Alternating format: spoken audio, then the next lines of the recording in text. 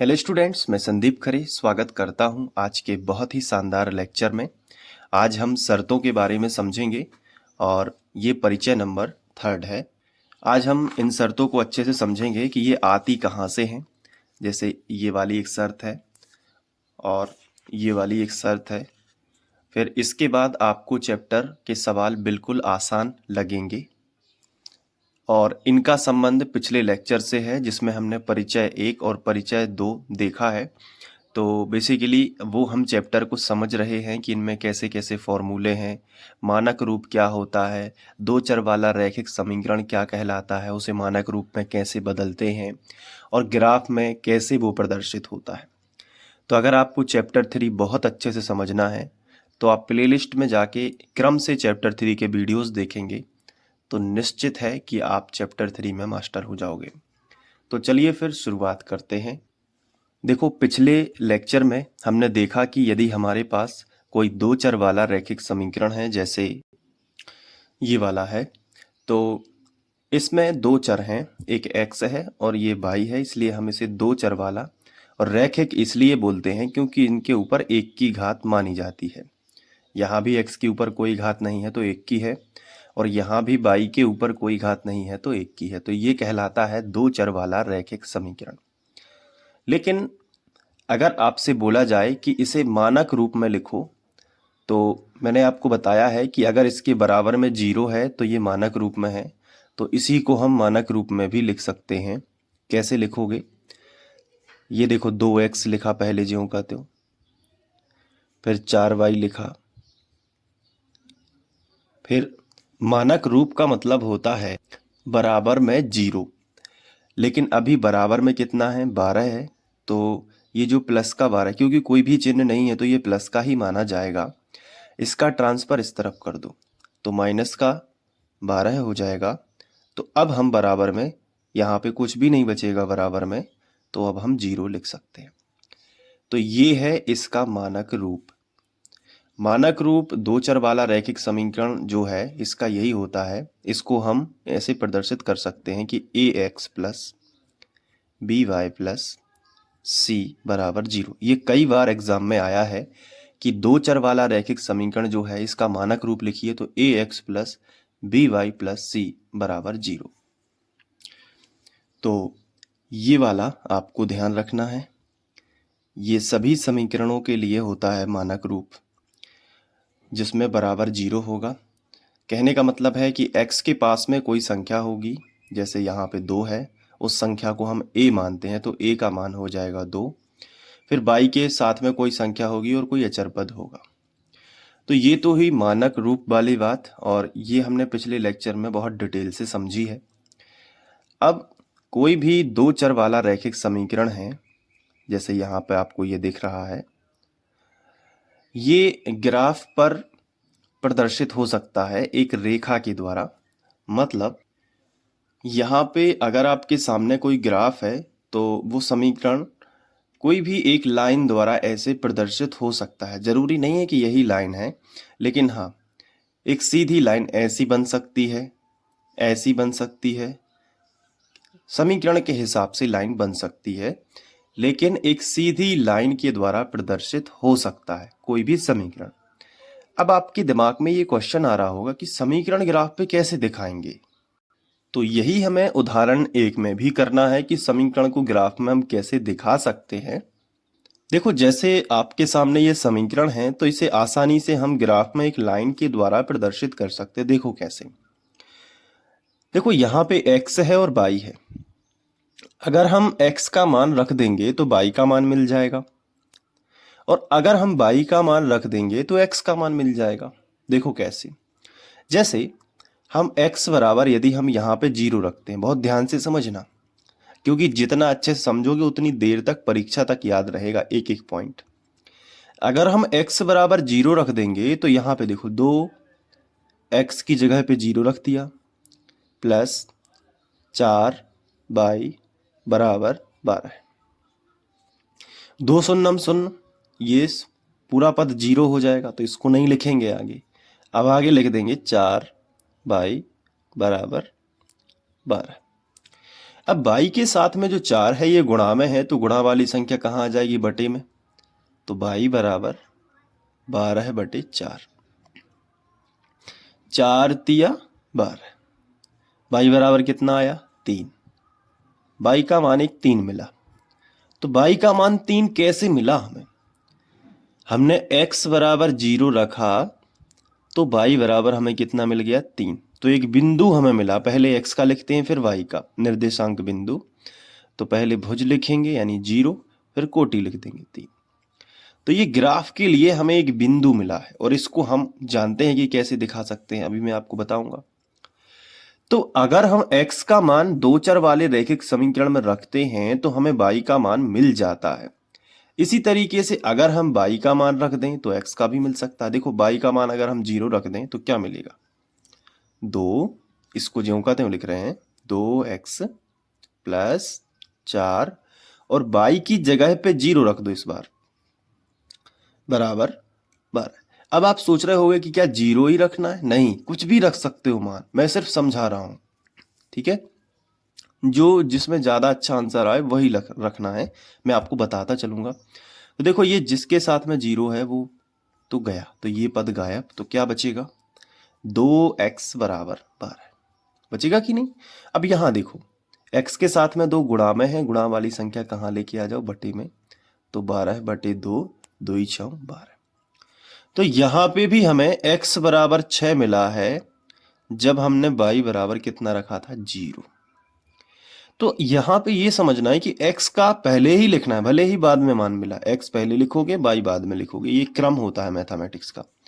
तो पहले हमें 6 मिला क्योंकि हमने 0 रखा। तो ये दो बिंदु अगर हम ग्राफ में ढूंढ लें और दोनों बिंदुओं को मिला दें तो ये जो समीकरण है एक लाइन प्रदर्शित करेगा। जैसे ये हमारे पास ग्राफ है, अब इस ग्राफ में वो बिंदु हम मिलाते हैं। देखो कैसे। पहला बिंदु है अपना 0 और 3, ठीक है, और दूसरा बिंदु क्या है? 6 और 0। पहले 0 और 3 देखते हैं। x का 0, y का 3, ठीक है। तो x का 0, सबका 0 यही होता है सेंटर में। और इसके बाद y का कितना है? तो y का देखो कितना है? 3 है ना y का, तो y का 3, ये प्लस में है तो यहां मिलेगा। तो 0 पे डॉट नहीं दिखाते हैं, फिर 3 वाले बिंदु को डार्क करेंगे, ये कर दिया। नेक्स्ट देखो, x का 6 है और y का क्या है? 0। x का 6 प्लस में है ना, x का 6 इधर आएगा, और y का 0 है तो यहां तो लिख नहीं सकते, तो यहां पे डार्क कर देंगे। अब इन दोनों बिंदुओं को स्केल की सहायता से मिला देंगे, तो ये मिला देंगे, ठीक है। स्केल रख के मिला सकते हैं। स्केल थोड़ा सा मेरा गंदा है लेकिन ठीक है काम चलाने के लिए। तो ये देखो यहाँ पे ये मिला दिया। ये रेखा जो बनी है इस पे हम वही समीकरण लिखेंगे जिसकी ये रेखा है, 2x प्लस 4y बराबर 12 है। तो यहाँ पे आराम से जाके लिख दो 2x प्लस 4y बराबर 12। आया समझ में? इसे हम पी क्यू नाम भी दे सकते हैं, पी क्यू, इस रेखा को पी क्यू नाम दे सकते हैं। तो आपको आया समझ में कि कोई भी जो अपना समीकरण होगा दो चर वाला, उसमें x और y के मान रख के हम उसके दो बिंदु प्राप्त कर लेंगे और उन्हें हम ग्राफ पे दिखा सकते हैं। लेकिन अगर आपके पास दो चर वाले रैखिक समीकरण युग्म हो, जैसे यहां पे समझो, ये देखो, ये दो चर वाले रैखिक समीकरण का एक युग्म दिया गया है। युग्म मतलब क्या होता है? जोड़ा, ठीक है। तो ऐसे दो समीकरण एक साथ दिए रहते हैं, तो एक समीकरण ग्राफ में एक लाइन दिखाता है तो दूसरा समीकरण भी तो एक लाइन ही दिखाएगा। तो ग्राफ के अंदर टोटल 2 लाइन बनेंगी। जैसे आपका कोई ग्राफ है, ये देखो ये ग्राफ है, तो ग्राफ के अंदर 2 लाइन बनेंगी, एक लाइन और दूसरी लाइन। लेकिन जरूरी नहीं है कि वो ऐसे ही बने। ग्राफ के अंदर 2 लाइन 3 तरीके से बन सकती है। एक तो दोनों लाइन एक दूसरे को काट दें, जैसे ये आपका ग्राफ है और ग्राफ के अंदर इसकी लाइन जो बनी वो ऐसे बनी, ध्यान से समझते जाना, और इस वाले की लाइन ऐसे बन गई। क्योंकि इससे दो बिंदु मिलेंगे, उनको मिलाओगे एक लाइन बनेगी। इससे जो दो बिंदु मिलेंगे एक्स वाई के मान रखने से, उनको मिलाओगे एक लाइन मिलेगी। दोनों हो सकता है प्रतिच्छेद कर दें, है ना। तो जिस पॉइंट पे वो प्रतिच्छेद करेंगे उससे दोनों संतुष्ट हो जाएंगे, यानी दोनों के हल प्राप्त होंगे। और एक भी जगह अगर टच हो जाती है तो ये दोनों आपस में यहां पे दोस्ती कर गए, यहां पे संगत हो गए, संगति कर गए, तो इसे बोलते हैं संगत। ठीक है। या तो ऐसा हो सकता है कि जैसे आपका ये ग्राफ है, बहुत ध्यान से समझते जाना, और इस ग्राफ में पहले वाले की लाइन ऐसे निकल गई, पहले इसमें समझ लो, पहले वाले की लाइन ऐसे निकल गई, दूसरे वाले की लाइन बिल्कुल इसके बगल से निकल गई, ये कभी आपस में एक दूसरे को टच नहीं करेंगी, समांतर रेखाओं टाइप निकल गई।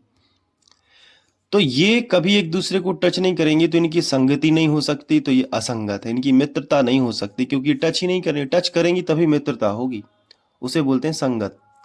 तो ये असंगत हो जाएगा।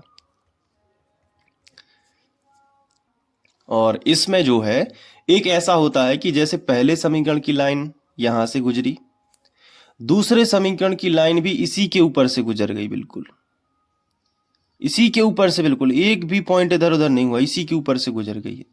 तो इसे बोलते हैं कि जो इसका पथ था वही इसका पथ है, इसे बोलते हैं समपाती, समान पथ वाली समपाती। और ये तो बिल्कुल हर एक पॉइंट पे एक दूसरे के मित्र हैं, तो ये संगत तो होगा ही, संगत है इनकी, क्योंकि अगर एक पॉइंट पे भी मिलती हैं दोनों रेखाएं तो अपन कहते हैं कि ये दोनों एक दूसरे की मित्र हैं, संगत हैं। ये तो पूरे पॉइंट्स पे मिली हुई हैं, जहां से एक रेखा गई है वहीं से बिल्कुल उसी के ऊपर से दूसरी रेखा, तो उसी को टच करती हुई दूसरी रेखा निकली है, तो समान पथ है और संगत है। अभी तो ये रफ आइडिया मैंने दिया है कि कैसा हो सकता है। तो पहला केस तुम्हारा ये हो सकता है कि दो आपको निकाय दिए हों, यानी दो चर वाले दो समीकरण आपको दिए हों। कैसे हो सकते हैं?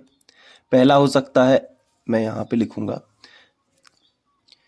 पहला हो सकता है ax plus B Y plus C बराबर 0, ये मान लो मैंने मानक रूप में लिख लिया, ठीक है। दूसरा भी इसी तरीके से होता है ax plus V Y plus C बराबर 0, दूसरा भी इसी तरीके से होता है। लेकिन ये दोनों आपस में एक दूसरे से मिक्स ना हो, इसलिए यहाँ पे a1 b1 और c1 और समीकरण 1 बना देते हैं। ये पहला समीकरण हो सकता है, जैसे यहाँ पे समझो, ये इस कागज में मैंने तुम्हें बताया है कि ये एक पहला समीकरण होता है और एक दूसरा समीकरण होता है। पहले की लाइन अलग बनेगी, दूसरे की लाइन अलग बनेगी, तो पहले समीकरण को हम a1x plus v1y plus c1 कहते हैं, और दूसरे समीकरण को हम कहते हैं a2x plus b2y plus c2 बराबर 0, क्योंकि ये दोनों हैं इसके रूप, ax plus vy plus c बराबर 0। तो देखो यहाँ पे अब इसको 1 1 मान लिया, तो इसको 2 2 मान लो, a2x b2y c2, और ये 2 समीकरण बना दो। ये देखो, ये हमें दो समीकरण दिए रहते हैं यहाँ पे। जैसे मैं शब्दों के साथ आपको समझाता हूं, कोई समीकरण ले लेता हूं, जैसे यहाँ पे संख्यात्मक एक समीकरण ले लिया, जैसे ये एक समीकरण है और ये एक समीकरण है, ठीक है। अब ये दोनों मान लो इस पॉइंट पे क्रॉस हो रहे हैं, मान के चलो ऐसे कि इस पॉइंट पे क्रॉस हो रहे हैं। अब इसके बाद तो देखो ये रेखा इधर आगे बढ़ती जा रही है, इधर आगे बढ़ती जा रही है, तो कभी भी क्रॉस नहीं होंगे। तो इस पॉइंट पे इन दोनों का हल है, और एक ही हल है इन दोनों का। अगर और कहीं ये टच हो जाएं तो हम कहेंगे कि एक और हल है। दोनों रेखाएं जहां पे टच हो रही हैं वो एक ही बिंदु है, एक ही हल है, इसके अलावा अब नहीं हो सकता, क्योंकि दोनों इस तरफ आगे बढ़ती जा रही हैं, इस तरफ भी आगे बढ़ती जा रही। तो ये कब होता है? जैसे जब हम ग्राफ खींचेंगे तभी बता सकते हैं क्या? तो आंसर है नहीं, हम बिना ग्राफ के भी बता सकते हैं। कैसे? अगर हमें इसमें a1 बटे a2 बराबर नहीं है b1 बटे b2 मिल जाए, तो हम बिना ग्राफ के बता सकते हैं कि इसका केवल एक ही हल होगा और इसके अलावा कोई हल नहीं होगा। आया समझ में? तो ये दोनों रेखाएं एक ही पॉइंट पे मिल सकती हैं, क्या इनको आगे बढ़ाने से ये कभी मिलेंगी आगे? नहीं मिलेंगी। क्या इसको आगे बढ़ाने से, इन दोनों को आगे बढ़ाने से क्या मिलेंगी? नहीं, ये तो दूर होती जा रही हैं। तो इनको मिलना था जहां, ये मिल चुकी हैं, और वो वाला पॉइंट ये है। इसके बाद ये कभी भी नहीं मिलेंगी, तो इनका केवल एक ही हल है। एक ही हल, जो चीज एक ही हो उसे कहते हैं वो द्वितीय नहीं है, दूसरा नहीं है, एक ही है, तो इसे हम कहते हैं अद्वितीय हल। यानी दूसरा हल नहीं हो सकता, अद्वितीय हल, या फिर हम इसको बोल सकते हैं एक हल, एक ही हल केवल। ठीक है, एक ही हल है। अद्वितीय जैसे सूर्य, सूर्य कैसा है? अद्वितीय है, सूर्य जैसा कोई नहीं है सौरमंडल में, तो सूर्य अद्वितीय है, मतलब एक ही है सूर्य। इसी तरीके से इन दोनों समीकरण का एक ही हल है या अद्वितीय हल है। अद्वितीय मतलब दूसरा नहीं, केवल एक। तो ये समझ में आया? तो या तो हम इससे चेक कर सकते हैं a1 बटे a2 बराबर अगर नहीं मिले b1 बटे b2 के, बराबर नहीं का चिन्ह है ये, तो हम बिना ग्राफ देके बता सकते हैं कि इसका अद्वितीय हल है। अब तुम सोच रहे होगे कि ये a1 a2 कहां से पता करेंगे?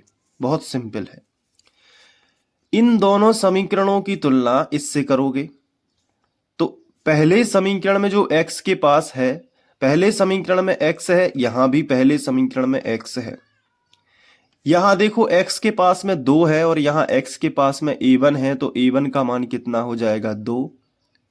यहां देखो y है, यहां भी y है, b1 के साथ में y है, यहां 3 के साथ में y है, तो y की y से तुलना होगी तो b1 की 3 से हो जाएगी, तो b1 का मान मिलेगा 3। और c1 अचर पद होता है, यहां देखो पूरा अचर पद +9 है, तो +9। तो बिल्कुल समीकरण को देख के ही तुम बता सकते हो कि ये a1 है, ये b1 है और ये c1 है।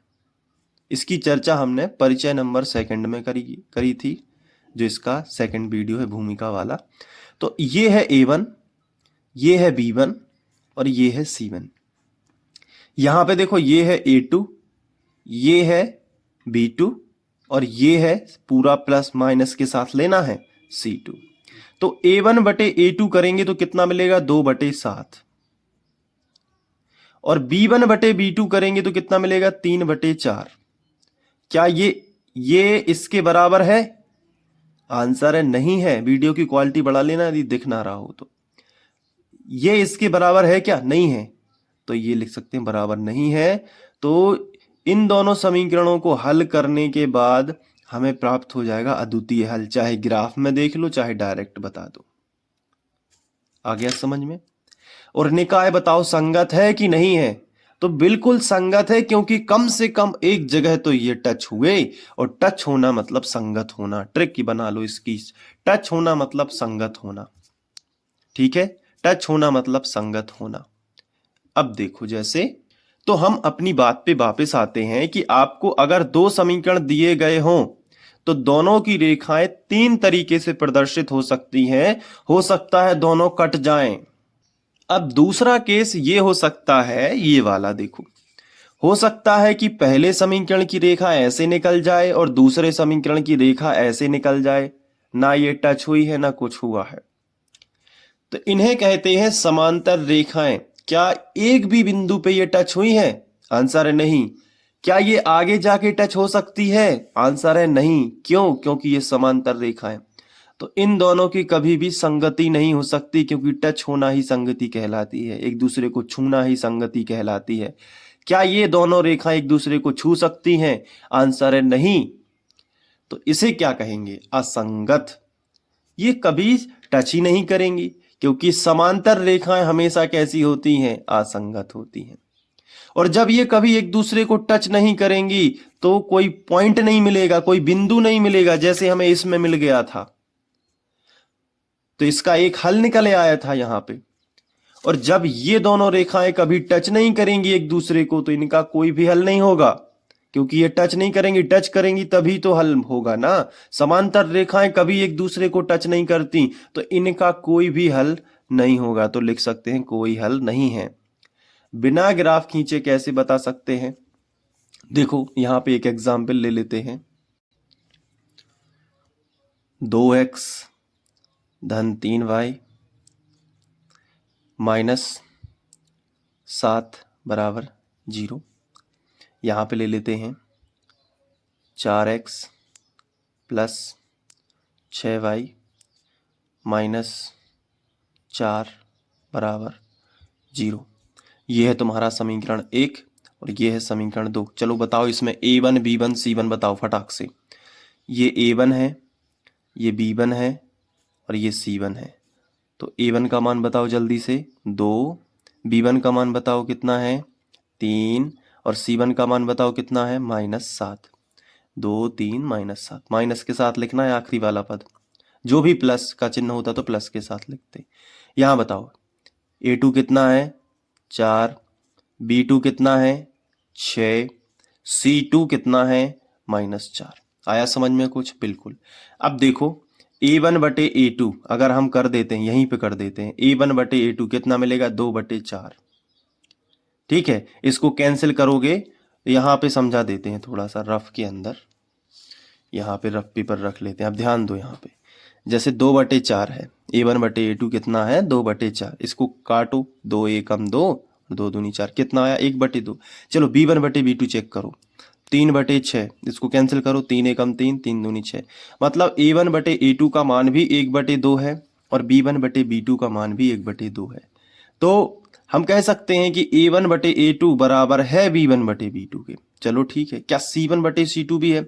नहीं, क्योंकि c1 का मान -7 है और इसका -4 है। ये कट ही नहीं रहे हैं, इसका एक दूसरे में भाग नहीं जाता। तो हम ये बोल सकते हैं कि a1 बटे a2 बराबर तो है b1 बटे b2 के, लेकिन उसके आगे वो बराबर नहीं है c1 बटे c2 के। तो इसका मतलब तो ये हो गया ना कि ये कोई भी हल नहीं है। मतलब बिना ग्राफ खींचे हम बता सकते हैं कि अगर ये वाली शर्त आ जाती है तो समांतर रेखाएं मिलेंगी। याद रखो, जिसमें अचर पद बराबर ना हो उनमें समांतर रेखाएं मिलेंगी, और समांतर रेखाएं कभी भी एक दूसरे को नहीं काटती, तो इन दोनों की कभी संगति नहीं हो सकती, तो वो हम कह सकते हैं असंगत है। और जब कभी टच नहीं करेंगी तो कोई हल नहीं मिल सकता, क्योंकि टच करने से ही कोई हल मिलेगा। आपस में मेल जोल बढ़ाने से भी कोई हल निकलता है। समझ रहे कि नहीं? नफरत करने से कोई हल नहीं निकलता है, बात करने से कोई हल निकल सकता है। तो यहाँ पे जब समांतर रेखाएं हैं, एक दूसरे से कभी एक बोलेंगी नहीं, सीधी निकलती जाएंगी, सीधी निकलती जाएंगी, तो कोई भी हल नहीं निकलेगा। तो कोई हल नहीं निकलेगा। बिल्कुल सरल बातें हैं, देख के ही समझ में आता है, रटने की जरूरत तक नहीं है। तो देखो, अब इस चीज को समझो कि ग्राफ के अंदर अगर या तो तुम्हें 2 लाइन बनी दिखे तो तुम बता सकते हो कि ग्राफ के अंदर 2 लाइन है, तुम समझ जाओगे कि इनका कोई हल नहीं होने वाला है, कोई हल नहीं होगा, कोई हल नहीं होगा। क्यों? क्योंकि ये कभी एक दूसरे को टच नहीं करेंगी, कभी एक दूसरे से बात नहीं होगी, तो इनके बारे में कोई हल ही नहीं निकलेगा। हल कैसे निकलता है? दो पक्षों का हल कैसे निकल सकता है? जिसे हम राजीनामा कहते हैं। जब आपस में वो मिलते हैं, बात होती है कि आगे से ऐसा नहीं होगा या कुछ भी है, तो वहां पे कोई हल निकल सकता है। जैसे ये वाला ग्राफ हमें दिखा रहा है, हमारे दैनिक जीवन में तो यही सब दिखता है। ये वाला ग्राफ देखो तो ये दोनों रेखाएं एक पॉइंट पे टच हुई हैं, फिर ये अपने रास्ते, ये अपने रास्ते, लेकिन एक पॉइंट पे तो टच हुई है ना। तो यहाँ पे उन दोनों का हल निकला है 2 और 2। अगर ये 2 और 2 मान इसमें रख देंगे तो ये आपस में संतुष्ट हो जाएगा, जो भी समीकरण से ये आई हो। लेकिन ये ग्राफ हमें क्या दिखाता है कि एक रेखा अपने रास्ते, दूसरी रेखा अपने रास्ते, इसको आगे कितना भी बढ़ाते जाओगे ये कभी टच ही नहीं करेंगे। जब टच नहीं करेंगे, आपस में मिलेगी नहीं, तो हल कैसे निकलेगा? तो इन दोनों को बोल सकते हो कि इनका कोई भी हल नहीं होगा और ये असंगत है। मतलब इनकी कोई दोस्ती नहीं है, असंगत है, संगति नहीं है इनकी कोई। और ऐसा कब होता है? जब समांतर रेखाएं हों। देख के बता दो। अच्छा, बिना ग्राफ के कैसे बताओगे? ये वाली कंडीशन याद रख लो कि अगर कोई तुम्हें समीकरण दिया जाएगा तो तुम उसमें देखोगे कि a1 बटे a2 निकाल दोगे, b1 बटे b2 निकाल दोगे और c1 बटे c2 निकाल दोगे। अब फिर देखोगे कि क्या a1 बटे a2 का मान b1 बटे b2 के बराबर है क्या? तो अगर है तो फिर c1 बटे c2 देख लेना। अगर ये नहीं है तो समझ जाना कि आखिरी फाटक बंद है, मतलब ये कभी भी नहीं मिल सकती समांतर रेखाएं। पहला ही फाटक बंद है मतलब अद्वितीय हल है। इसको भी ट्रिक याद करने की ट्रिक है। जैसे पहला फाटक जे फाटक बोलते हैं इसे समझने के लिए, A1/A2 बराबर B1/B2 बराबर C1/C2। पहला फाटक बंद है तो C1/C2 लिखने की जरूरत नहीं है, सीधा बता दोगे कि अद्वितीय, केवल एक ही हल होगा इनका। अगर मान लो कि ऐसा लिखा है कि A1/A2 बराबर तो है B1/B2 की, लेकिन बराबर नहीं है C1/C2 की, तो समझ जाओ कि आखिरी फाटक बंद है मतलब समांतर रेखाएं हैं। ठीक है, और इसे बोलते हैं कोई हल नहीं। अब एक तीसरी शर्त और हो सकती है कि दो समीकरण ग्राफ में कैसे रिप्रेजेंट हो सकते हैं। वो कंडीशन देखो ये वाली है। अब तुम कहोगे कि एक ही समीकरण वाली रेखा है, दूसरे की कहाँ है? तो आंसर है दूसरे की भी इसी के ऊपर से गई है। जैसे आपको कोई भी दो समीकरण दिए जाए, यहाँ पे ये दो समीकरण मान लो, इसको मान लो समीकरण 1, इसको मान लो समीकरण। अब समीकरण 1 की रेखा भी यहीं से निकली है और समीकरण 2 की रेखा भी जस्ट इन्हीं बिंदुओं से होकर निकल रही है, तो हम दूसरी अलग से कहां से बना देंगे? यही मानेंगे ना। तो यहां पे क्या है, यहां पे एक बहुत ही स्पेशल चीज है कि जिस पथ से इस समीकरण की रेखा निकल रही है, उसी पथ से, पथ यानी रास्ता, उसी पथ से दूसरे समीकरण की रेखा भी निकल रही है। तो इन दोनों समीकरण से जो रेखाएं बनेंगी उनका पथ कैसा है? समान। पथ कैसा है? समान है। और समान पथ को क्या बोलते हैं? समपाती। समपाती, समपाती यानी समान पथ जिनका रास्ता सेम हो। तो ये बताओ इनके कितने हल होंगे? तो तुम तो कहोगे कि सर हर एक पॉइंट पे एक के ऊपर दूसरी ओवरलैप है, तो ये तो हर पॉइंट पे टच कर रही है एक दूसरे को, तो इसकी तो कई हल हो सकते हैं, अनंत। तो बिल्कुल सही बात है। जैसे एक रेखा दूसरी रेखा को टच करा एक पॉइंट पे, तो इसका एक हल हो गया। एक रेखा ने दूसरी रेखा को इस तरीके से दो पॉइंट पे टच किया, तो इसके दो हल हो गए। लेकिन समझो इस बात को कि एक रेखा ये है और इसके ऊपर से दूसरी रेखा जा रही है, तो हर पॉइंट पे टच करती हुई जा रही है ना, हर पॉइंट पे टच करती हुई जा रही है ना। इसलिए इसके तो यहां भी एक हल होगा, यहां भी एक हल होगा, यहां भी हर पॉइंट पे हल होगा ना। तो अपरिमित रूप से अनेक हल होंगे। अपरिमित रूप से कैसे होंगे? अनेक हल होंगे। ये है मुद्दे की बात, है ना। तो डायरेक्ट नहीं रटना है, ग्राफ देख के बता दोगे कि दोनों समीकरण की रेखाएं एक दूसरे के ऊपर ओवरलैप हैं।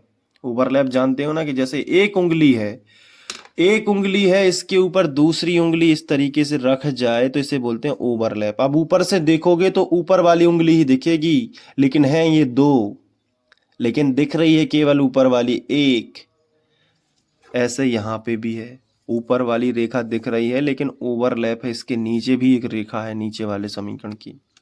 ठीक है, तो इस चीज को समझो कि समपाती रेखाएं कब बनेंगी? जब सभी फाटक खुले हों। सभी फाटक खुले हैं, कोई बुराई नहीं है, एक दूसरे से बिल्कुल मिले हुए हैं, इस तरीके से एक दूसरे में समा गए हैं। इसे बोलते हैं क्या? इसे बोलते हैं समपाती रेखाएं। और इसमें अनेक हल होते हैं, अनेक अनेक अनेक हल होते हैं। जैसे पति पत्नी रहते हैं एक दूसरे से मिलके, वो वाला रिश्ता जो होता है जिसमें सच्चा प्यार होता है, समपाती रेखाएं होती हैं। अपरिमित रूप से अनेक हल होते हैं, यानी हर बार बात की जा सकती है और झगड़ों को सुलझाया जा सकता है, अनेक हल हो सकते हैं। समझ में आया कि नहीं? कोई दीवार नहीं, सब फाटक खुले हुए हैं, बात कर सकते हैं कभी भी। उसे बोलते हैं अपरिमित रूप से अनेक हल है, कई हल निकल सकते हैं। और ऐसे में समपाती रेखाएं ओवरलैप है, एक दूसरे से जुड़ी हुई हैं। ठीक है, तो ऐसे आप ट्रिक बना सकते हो ताकि आप रटो ना। मैंने पूरी कोशिश की है आपको शर्तों को बहुत डिटेल में समझाने की। तो इन तीनों शर्तों का एक एक करके चित्र खींच लो, स्क्रीनशॉट लेके अपने नोट्स में लिख लो। पहली शर्त है अद्वितीय हल, इनका केवल एक ही हल होता है। बात हो जाती है, ये इधर चले जाते हैं, उधर चले जाते हैं, अद्वितीय लेकिन संगत निकाय होता है। इस बात को याद रखना। कैसा निकाय होता है? संगत निकाय होता है, बात की जा सकती है। ठीक है। अब यहाँ पे व्यापक वर्ग समीकरण, ये सॉरी दो चर वाला रैखिक समीकरण का मानक रूप है ये। दूसरी जो शर्त होती है अपनी ये वाली, इसमें आखिरी फाटक बंद ही होता है, तो ये कभी खुल नहीं सकता, तो ये रेखाएं समांतर होंगी, इनका कोई भी हल नहीं होता क्योंकि ये किसी भी पॉइंट पर टच नहीं होती। ठीक है। और तीसरी जो है इंपॉर्टेंट चीज ये है, अब ये तीनों की काफी ज्यादा जरूरत पड़ सकती है आपको, आगे चल के पढ़ेगी ही, तो आप इनको बहुत अच्छे से कर लीजिए। इसलिए मैंने परिचय वाले 3 लेक्चर बहुत ही डिटेल में बनाए हैं ताकि चैप्टर 3 में आप घुस के अच्छे से समझ जाओ। कहीं भी पढ़ने की अब जरूरत नहीं होगी आपको, इतना डिटेल से बता दिया है। यूट्यूब पर शायद ही किसी ने बताया हो, तो इसलिए अच्छे से पढ़ लेना इसको। ठीक है। इसके बाद अब हम उदाहरण 1 करेंगे और बहुत ही मजा आएगा उदाहरण 1 को करने में, क्योंकि तीनों चीजें बहुत ही डिटेल में समझ ली हैं। सारे वीडियो लेक्चर देखना चाहते हो तो डिस्क्रिप्शन में लिंक दी गई, उस पर क्लिक करके देख सकते हो। मिलते हैं नेक्स्ट वीडियो लेक्चर में, तब तक के लिए अपना ध्यान रखना। बाय।